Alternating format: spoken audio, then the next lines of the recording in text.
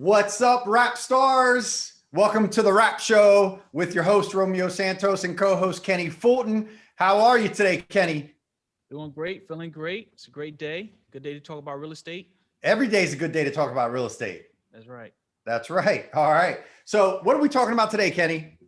Listening to your agent, taking their advice. Ooh, listening to your agent and taking their advice. So this is actually something that's really, really important in the market that we're in right now. And we were actually having this conversation with our team today, right?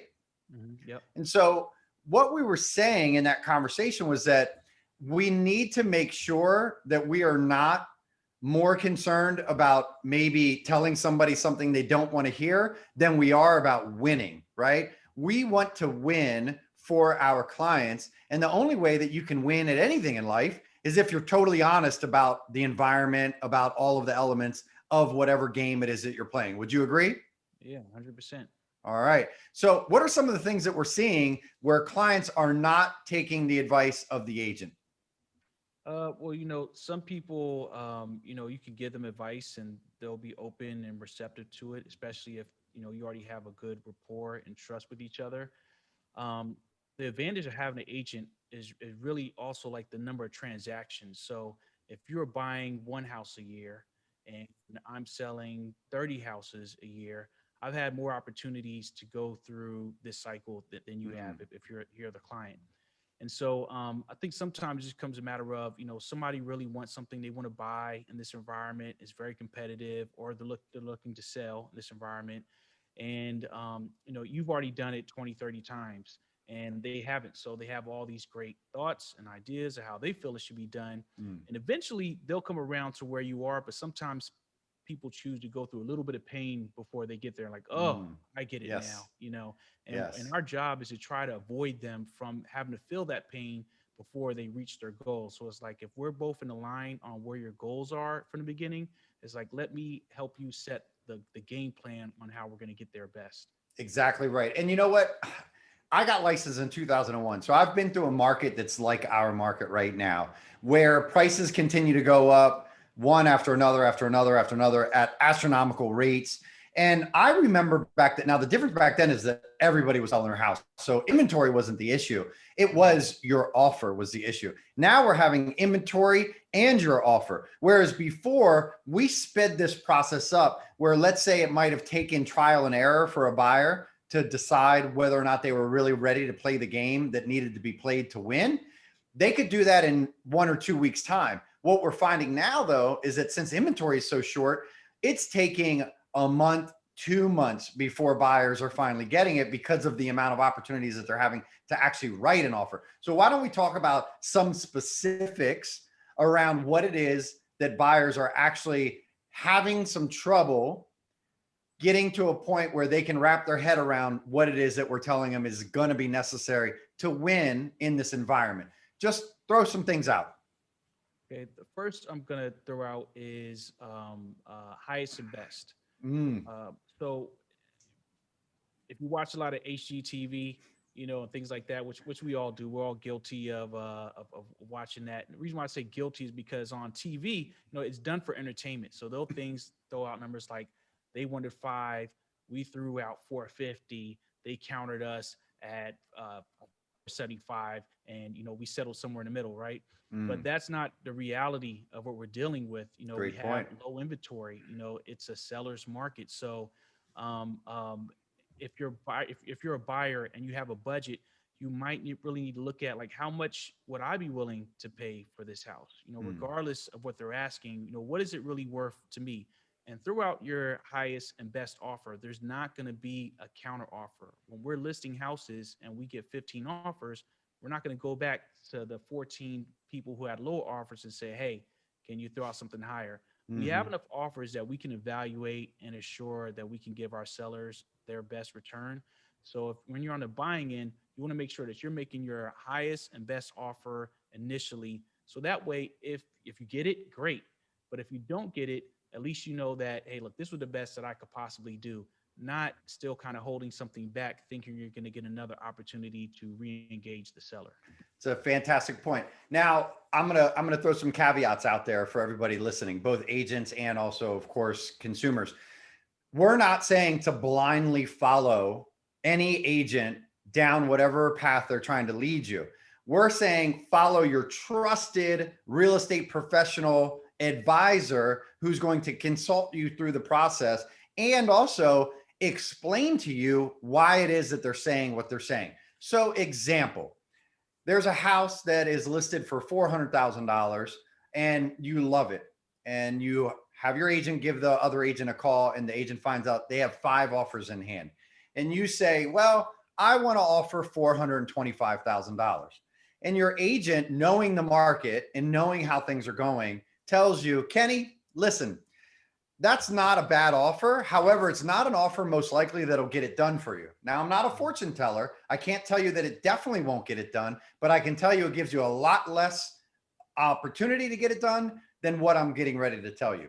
So if I look at the market data, I can tell you that on average, homes in this price range that are in the condition that your home that you're looking at is in are selling on an average of 8 to 10% above asking price.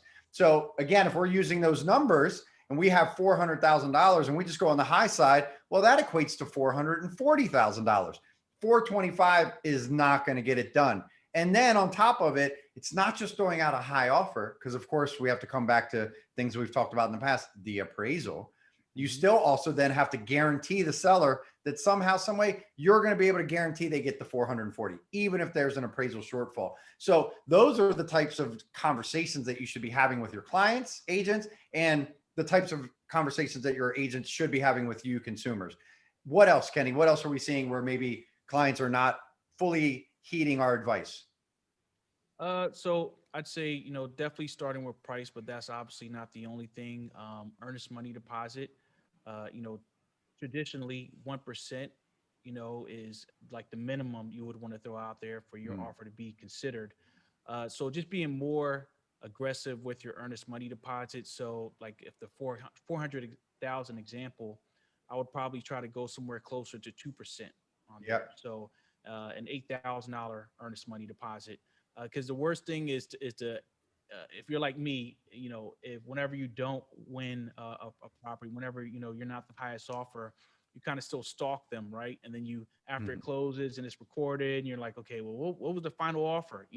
Right. And then when you see that maybe that final offer was maybe not that much higher than yours, or maybe even lower, then you start to wonder, like, well, what could it have been? And Yep. sometimes it could really be that earnest money deposit. Just what it does for you as a buyer is it shows your confidence and your ability to close. You have Yeah. more skin in the game.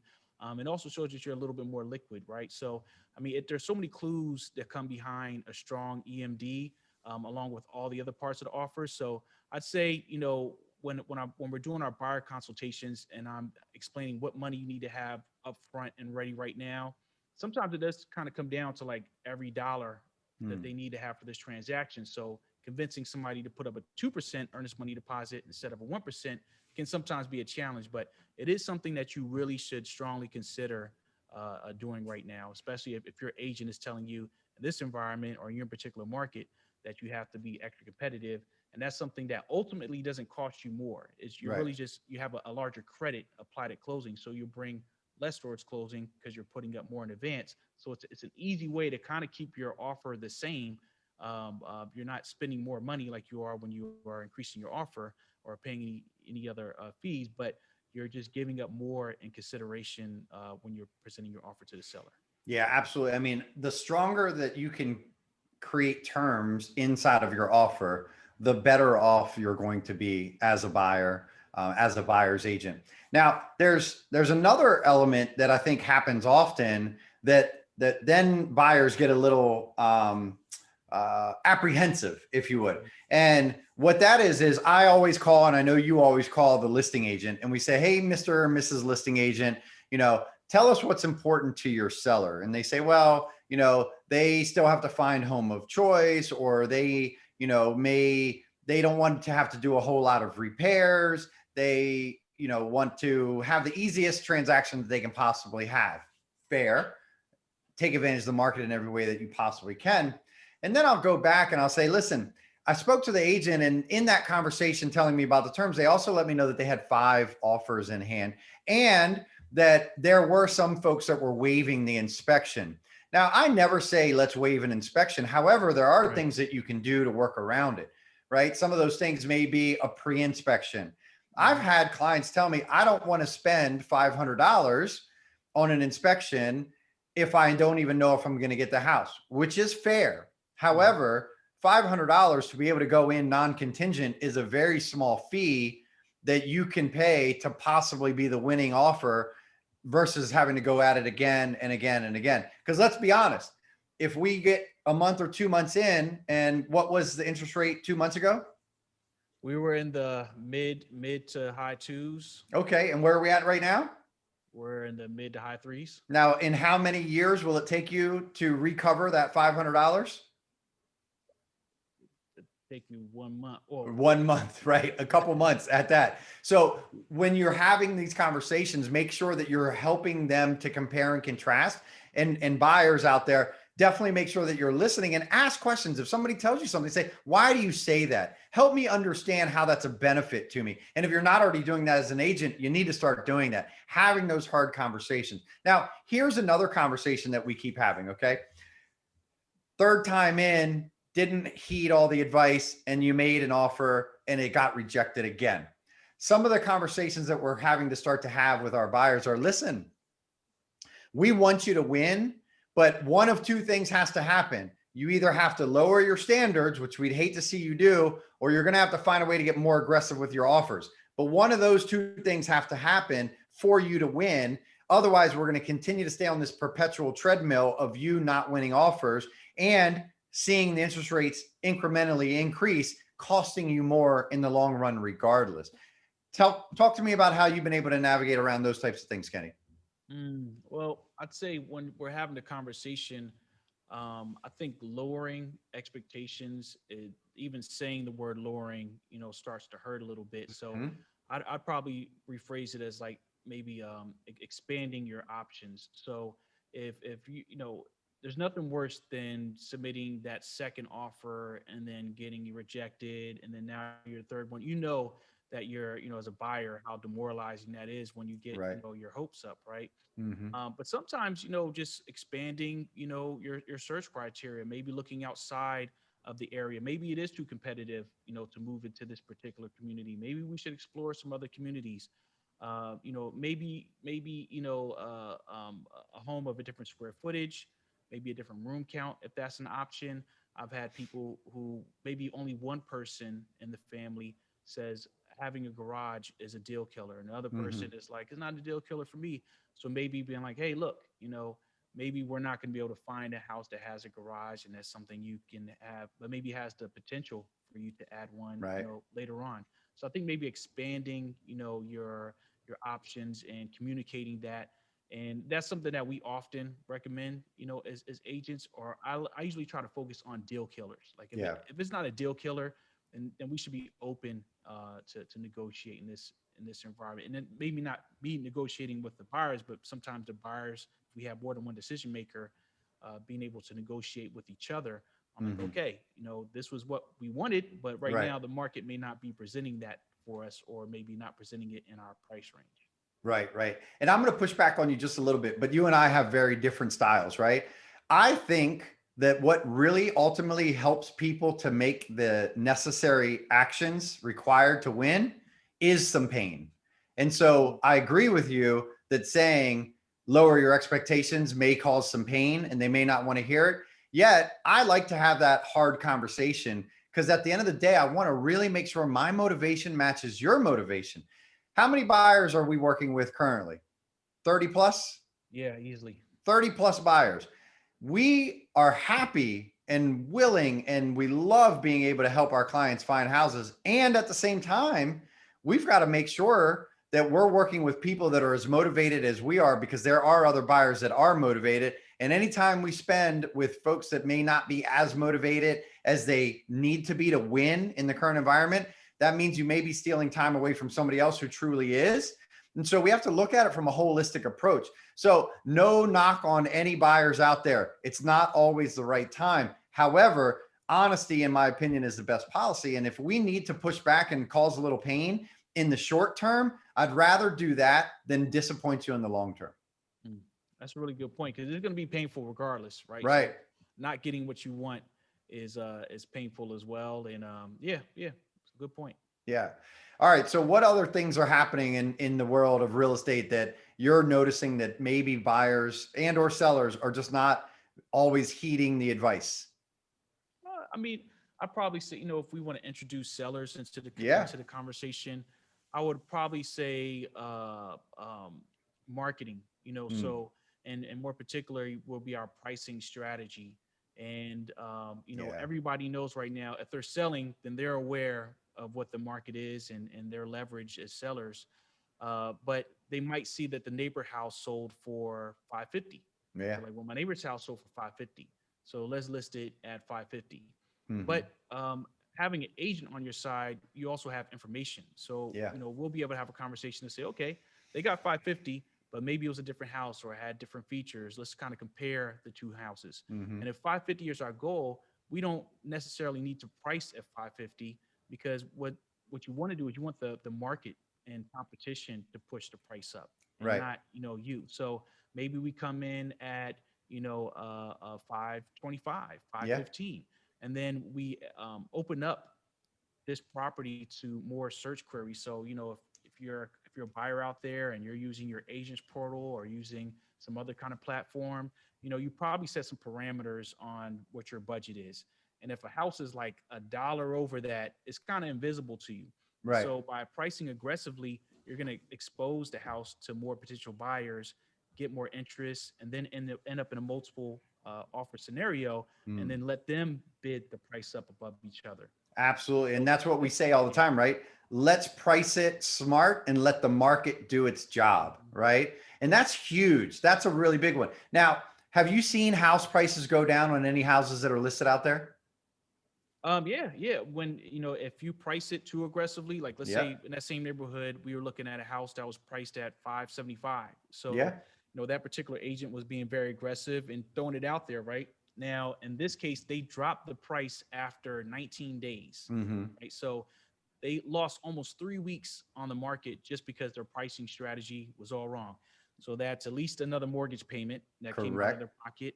And then who even knows the chain of events that have happened because they weren't able to go on a contract in a week like the rest of the houses in the neighborhood, Right. and how that impacted their ability to buy their next home. Maybe, so there are a lot of things, Yeah. that can go wrong, if you don't get a house so quickly. You don't want to sell it too quick. You want to make sure you Yeah. give enough people an opportunity to discover the home and make an offer. Mm. But at the same time, if it's taking 19 days for you to realize that there's a pricing correction that's required, Yep.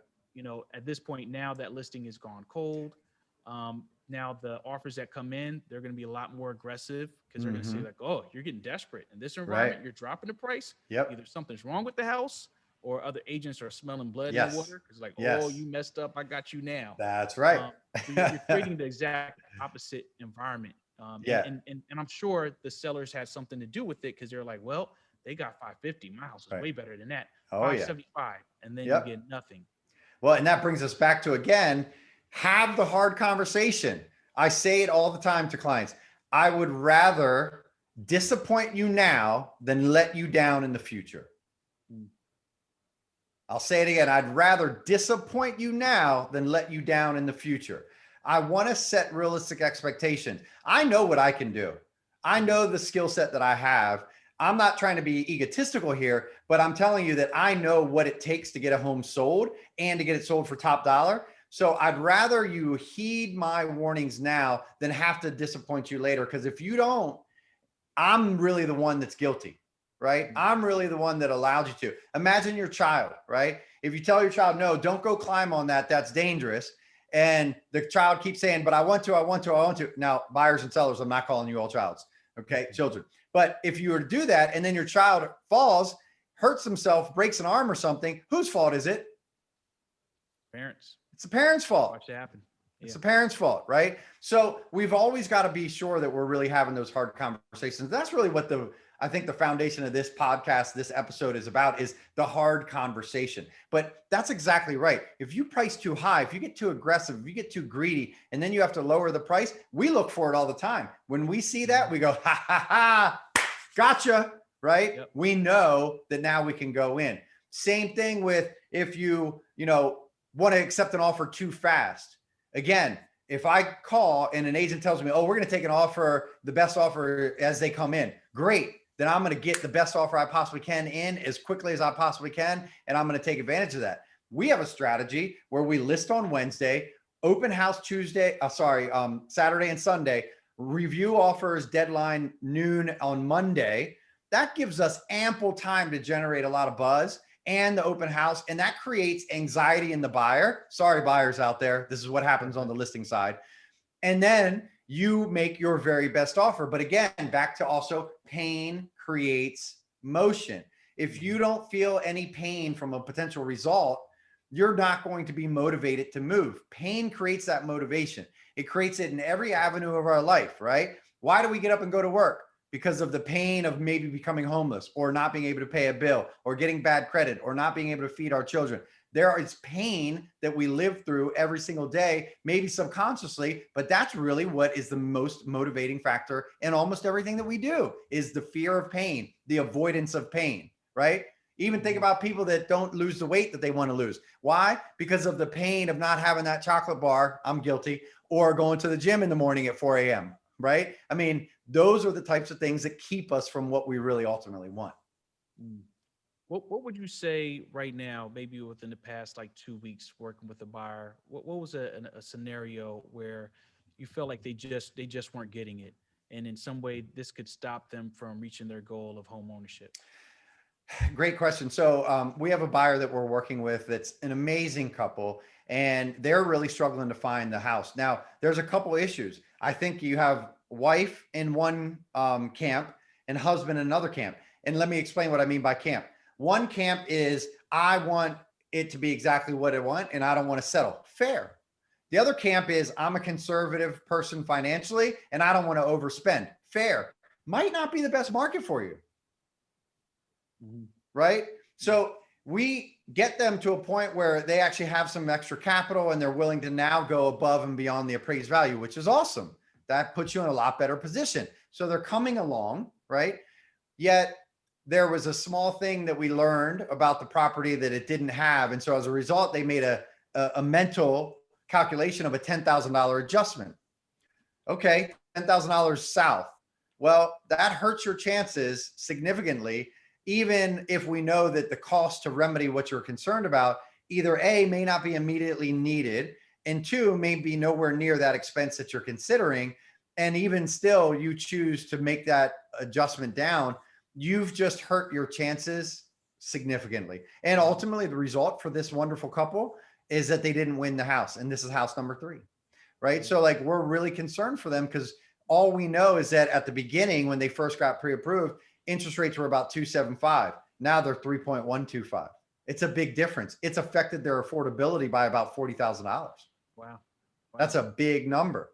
Yeah. Big number. Yeah, I think that's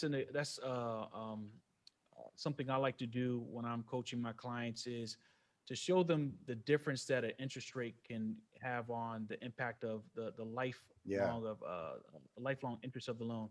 For example, had a client, their budget was in the high 500,000 range, Mm-hmm. and the difference in interest rates between when they started to now when they're finally kind of ready is 1%, and that payment ultimately over the life of the loan is going to cost them about $140,000 more in interest Wow. over 30 years should they stay in the home or the loan that long, right? Say the So number again so everybody can hear it.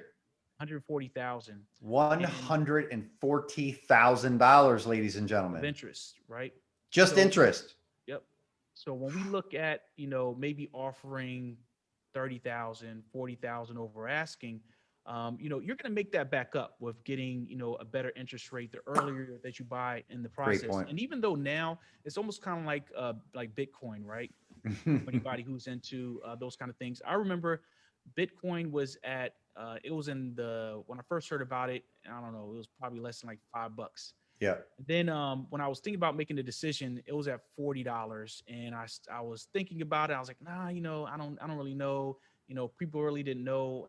Like, how do you get your money back? Like, what is this thing? It's cryptocurrency. Right. Then when it went to $300, I was like, you know what? Well, I've already missed out at this point. Yeah. You know what I mean, it's already at $300. You know, I was slow to make a decision. I missed out. Yeah. And then I started thinking like, you know what? Well, I'm just not going to do it.